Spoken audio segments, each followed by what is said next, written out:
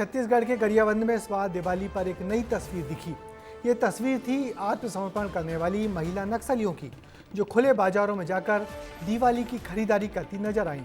जिन महिला नक्सलियों पर लाखों रुपए का नाम था, वो 20 सालों के बाद बाजार में पहुंची, दिवाली का सामान खरीदा, जिनमें कपड़े और मिठाइयां भी थीं। कितना बड़ा बदलाव लेकर आई है ये दिवाली, इन नक्सलियों से मिलकर ही समझ में आएगा। देखिए ये रिपोर्ट। 100 से ज्यादा जिले माओवादी आतंक से पूरी तरह आजाद होकर पहली बार शानदार दिवाली इस बार मना रहे हैं।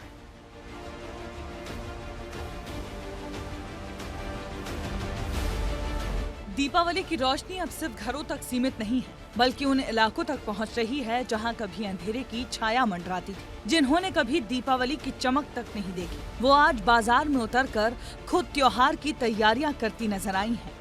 इस बार की दीपावली इसीलिए खास थी क्योंकि कुछ दिन पहले ही बस्तर में 210 नक्सलियों ने हथियार डाले थे और इनमें सबसे ज्यादा संख्या महिलाओं की थी। 110 महिलाएं जो जंगल की कैद से आजाद होकर मुख्यधारा में लौटी और अब दिवाली का त्योहार गरियाबंद की सड़कों पर उतरकर खरीदारी करते हुए मना रही हैं। पहले इनके हाथों में AK-47 जैसी भारी भरकम बंदूकें हुआ करती थी, लेकिन आज ये बिल्कुल साधारण महिलाओं की तरह दीपावली मनाती हुई दिखाई दी।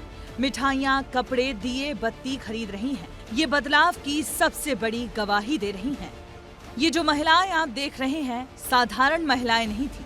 8 लाख रुपए की इनामी झांसी, जिसने 20 साल पहले आजाद दिवाली मनाई थी। 5 लाख की इनामी जुमकी, जो जंगल से मुक्त होकर परिवार के साथ रोशनी की उम्मीद जगा रही है।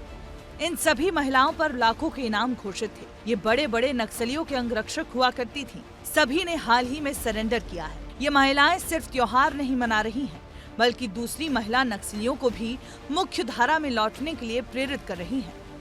आत्मसमर्पित झांसी और जैनी ने सक्रिय नक्सली कमांडर बलदेव और ज्योति को पत्र लिखा है और नक्सल प्रभावित इलाकों में फेंके गए इन पत्रों में लिखा है, बड़े नेता सरेंडर कर चुके हैं, अब फालतू क्यों मरना, मुख्य धारा में लौटो, जीवन बचाओ, सुविधाएं, इनाम सब कुछ मिलेगा।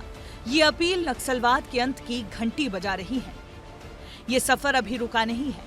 पूरे देश में नक्सलवाद का प्रभाव अब केवल 11 जिलों तक सिमट गया है। उसमें भी सबसे सक्रिय प्रभाव महज 3 जिलों में ही बचा है, वो भी जल्द समाप्त होगा। मुझे विश्वास है कि आने वाला समय छत्तीसगढ़ से नक्सल समस्या का पूर्ण रूप से उन्मूलन होगा।